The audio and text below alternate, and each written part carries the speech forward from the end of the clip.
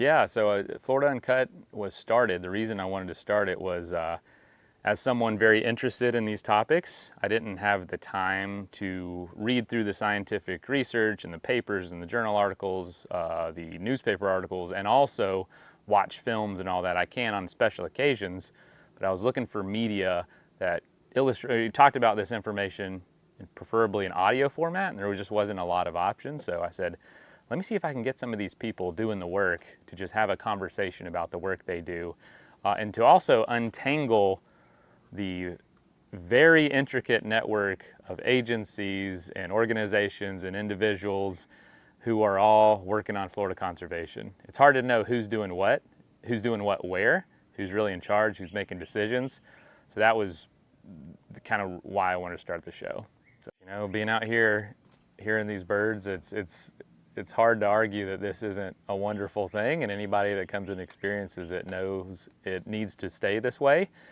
And just seeing what's happening to Florida, I think a lot of people think that it's almost doomed with how much it's changing. There's no hope for protecting most of Florida, but as I've learned, Florida has a long and really pioneering history of conservation. So I wanted to bring light to that as well. So that's given me a lot of hope that a lot of the work's already been done. Florida is more than 30% protected, which most states can't even dream of that at this point. But Florida, this small little peninsula with the third most populous state, has already done that work. So we're really closing that book now with conservation and protecting those last remaining acres over the next couple decades. So it's really exciting time to be a part of it.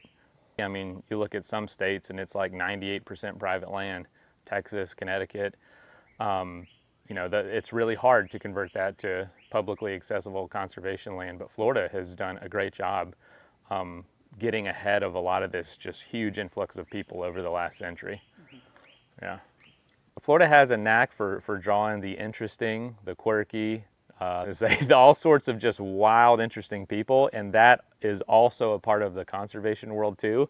A lot of the places we know and love have been protected over bets, fishing trips, different sorts of challenges that say, hey, if I catch a bigger fish than you today, you need to protect this part of the Everglades. And so there's very Florida-esque stories in a lot of the backstories of Florida conservation. But also, what's been interesting is just how many people do care when you start talking. Most people, when you start talking to them, are like, yes, I want to see more of Florida protected, but they don't know really where to start, how to get involved. It seems like too big of a problem to solve. But as I'm learning personally, I try to share on the show,